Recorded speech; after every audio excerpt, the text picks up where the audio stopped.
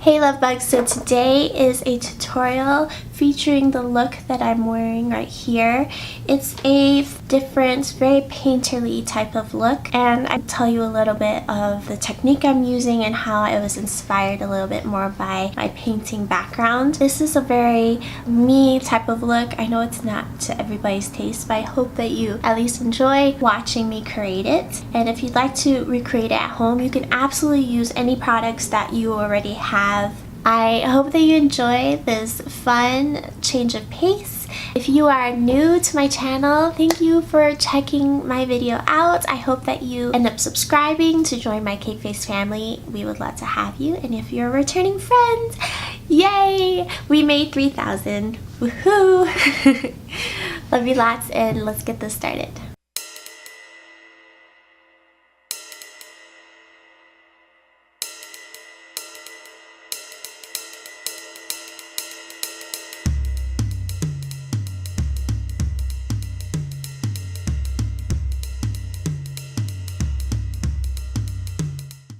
So if you're wondering why my skin is so red, it's because I just did my PMG dermabrasion, which leaves my skin a little redder than it normally is. I'm pulling out the Pat McGrath Labs Mothership Subliminal Platinum Bronze. The Morphe E28, I'm going in to platinize this lightest shade. I'm going to sweep this all over the lid. I'm just blending out the edges, letting it fade out up towards the brows. Telepathic taupe right above the crease. I want to lift the crease a little bit, so I'm making it a little bit higher than my natural crease. Deep Velvet, this brown. And I'm going to lightly deepen this contour. Mix it with Smoke and Mirror, this guy. Deepen this contour out here. Just like a whisper of this product, really lightly, barely putting any pressure. Taking a smudger brush, this is the e.l.f. Contour eye brush. Smoke and Mirrors underneath the lower lash line, so a little bit lower than usual. And connect it to the upper look. I'm using the brush at an angle up, so pressing it almost against the planes of my cheek. And it's just sweeping back and forth a couple times. And it practically blends itself out. We're going for a wide open eye look, so I'm actually going to put a brightening shade on the inner rim, the Makeup Forever Aqua XL I-50, which is a shimmery nude tone, and I'm going to mix it with the same thing but in white, matte white, and I'm going to put a little bit on my hand as well separately. We're going to mix the two. So with my e.l.f. small smudge brush, I am going to take the white first, test on the back of my hand to see how much product is coming off the brush, just so that I control it and I'm not putting on too much at once. I'm going to tap that right onto the inner corner of the eye.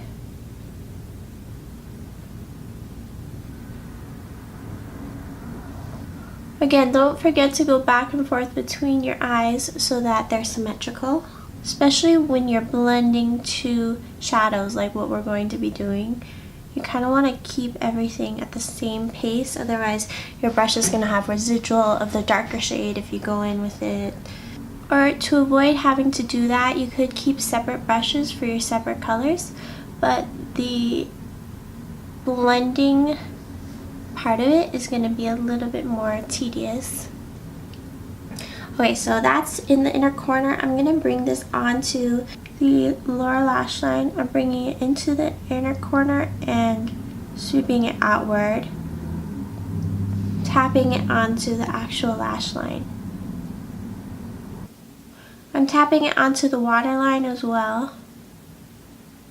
I'm going to take the shimmery one, this guy, and mix a little bit of the white with it to make it really nice and pale. And I'm going to put it on the outer edge right here, this outer corner, and really work it in there, connecting it to the upper eye look. By really making sure we get that in there, it gives a rounder eye effect and mimics the inner corner. I definitely recommend using something waterproof to do this kind of stuff because it'll just last longer for you. I'm going to take that shimmery side and highlight the eyes. Okay, I'm going to clean off the product from the brush. I'm still using the small e.l.f. smudge brush. I'm going to go into Deep Velvet, the matte brown. And I'm going to just test on the back of my hand to see how much is coming off. I want it to be a medium amount. And I'm going to define this lower line. So it's right underneath the lash line, not quite touching the lash line. Creating like a fold underneath the eyes. A lower crease. Okay, I'm going to take my fluffy brush and just blend. Wipe away any excess fallout. I don't really see any, but you know, just in case. I'm gonna try this new foundation. This is the Bobbi Brown Skin Longwear Weightless Foundation with SPF 15. It's supposed to be full coverage and really great with oily skin types, but I'll give it a shot. I got this in my gratis from Sephora, so might as well try it. And I have mine in the shade Porcelain 0, just in case you guys were curious. I'm going to use my Sephora 56 brush. Okay, so I'm going to use my Beauty Sleep in a Jar, my Becca Under Eye Brightening Color Corrector, and dab that on where I have some darkness. And then I'm going to use my Nars Radiant Creamy Concealer. Yes. Yeah. Are you using your new mic? Yeah. Have you checked to make sure it's working good? No. No, it should have, right? Perfect. Okay, so I'm going to go in with some liquid contouring and highlighting just because I feel like this look needs to have very natural looking skin. Feel free to use powder products if you're way more comfortable with that, if you're oily, etc. But I'm going to use a liquid bronzer. This is the Nars Laguna liquid bronzer. I'm going to take a drop of that, and with my brush I'm going to bring that into the complexion because I feel like it's going to meld really nicely with the skin. And I want that glowy look, but I don't want it to be heavy. I'm going to be kind of generous with this because I don't mind if the skin looks nice and sun-kissed for this look. I think it'll contrast nicely with the sort of strange eye look that has the bits of white, you know, it'll kind of pop. Once that is all set, I'm going to take my Nars Hot Sands Illuminator. I actually put a little bit on my collarbone and shoulders earlier this morning, so I think that this will really tie in nicely. It's a liquid illuminator that has a golden peachy tone to it. Use the same brush I use for my bronzer because I don't mind if they mix a little bit, and bring that all along the tops of the cheekbones and overlapping with the bronzer areas as well. Like I said, I don't mind if they, you know, mingle a little bit. Okay, so here's my thoughts. I feel like my skin doesn't need too much powder, but we do have a lot going on liquid wise. So I think I'll go in with just a little bit.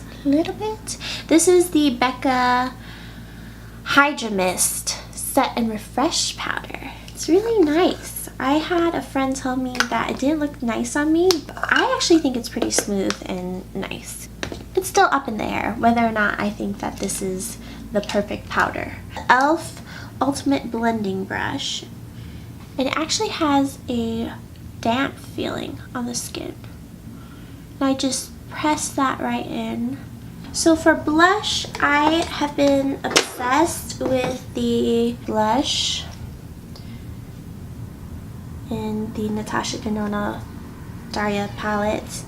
So I'm going to take a little bit of the cream blush. We didn't really powder around there, so that's perfect. With my same 56 brush. How do you like them apples? Okay, I know, we've done a lot on the skin, but we're going to go in with one more product. This is the Nars, their new formula for the Albatross shade. So I'm going to take this brush. It's meant for painting. Actually, use any highlighting brush.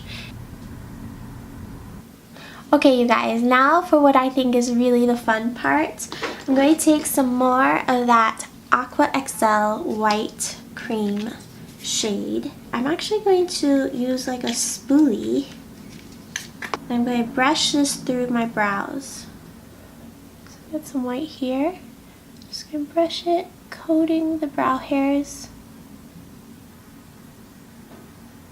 I'm not being too finicky with it. I think part of what's fun about this is how messy it can get. It's like it's just a chance to play around with a different look. Wiggle it through the hairs to really coat from multiple angles. You can even brush down first and then brush up. My L'Oreal Brow Stylist Plumper Gel Mascara. Go back over it, lightly feathering it into the look. You kind of want the product underneath to be sort of dry first. Now for me, since I have like no tails to my brows, I'm going to take a little bit of this lightest brow powder and feather that through the tail ends of my brows and anywhere I'm a little bit sparse. I'm going to take a little bit more white and go back over to intensify. And even on the areas where I don't really have brow hairs, I'm going to brush it through so that it kind of gives the appearance of brow hairs, since this product lays well on skin, you know. Okay, so for mascara, I'm going to use my Bad Gal Benefit Bang Mascara and coat my lashes fully with this, and then we'll go over it with some white, okay? So we want this to be dry before going in with the white, otherwise it's just going to turn gray. But we want it to be like, you know, like a coating of white. This would look really cute with a pair of falsies too. I actually really don't like this mascara. I don't know why I'm using it still. I don't like feeling wasteful. I always have to comb through my lashes when I use this mascara. I know I've shown you guys this before, this like technique, but I'm using this little art fan brush, really tiny, and more of the white, and I'm just going to coat those bristles, and we'll brush that through the lashes. And I'm actually brushing it through the roots of the lashes, even overlapping the waterline to really clean up that area in case it's faded or gotten shadow or something over it. And then wiggling it through, coating it so you see some of that black coming through, and it creates this really cool depth. This type of technique for painting sculptures, even painting on canvas if you have texture, it's called like dry brushing. And basically when you have texture and you do a coat of a darker shade and then kind of sweep over that once it's dried with a lighter shade, it doesn't quite get into the grooves, so it creates this depth.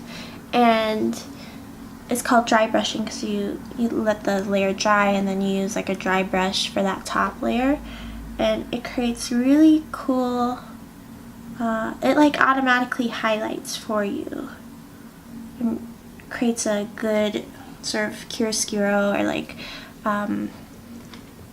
contrast between the darks and the lights. So now that most of the product is kind of not so heavy and sort of dry, I'm bringing it all the way through to the ends of the lashes, lightly coating the whole thing. I just love this technique.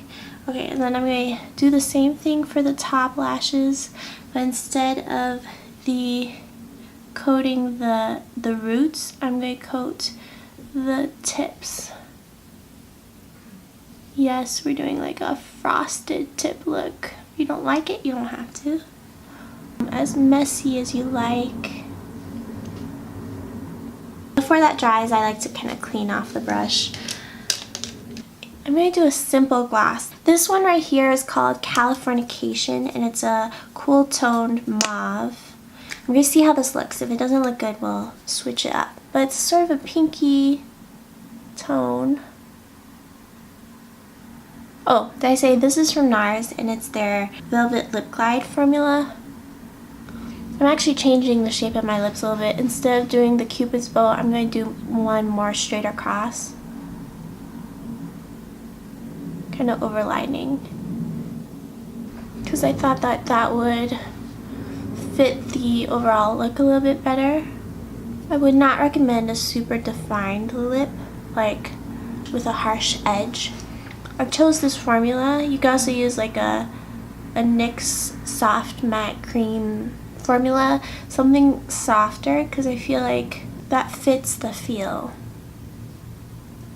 Okay, so I totally overlined, but I think that it looks more doll-like. Alright, love bugs, since I went with a cooler tone lip, I'm going to take another blush to balance out the look. Just a final touch. This is the Wet n Wild Color Icon Ombre blush. Thank you, Charlie, for this blush. And I'm going to take a Morphe brush. The name has rubbed off. I'm just going to add some of this. It's very, very soft sheer blush, so it shouldn't be too much, but I need to tie that into the rest of the look. Otherwise we're too warm and then random cool tone. So I'm just going to pat that on. Again, with the Morphe E28, I'm going to take some of that blush on my brush and tie that right into the crease. Just blend that right in there just to give a hint underneath the eye as well. There we go. Now I feel cohesive. Okay guys, so this is the final look. I hope that you enjoy. If you are new, subscribe. If you're returning, thank you. Alright, love you lots, and I will catch you in my next one. Bye guys.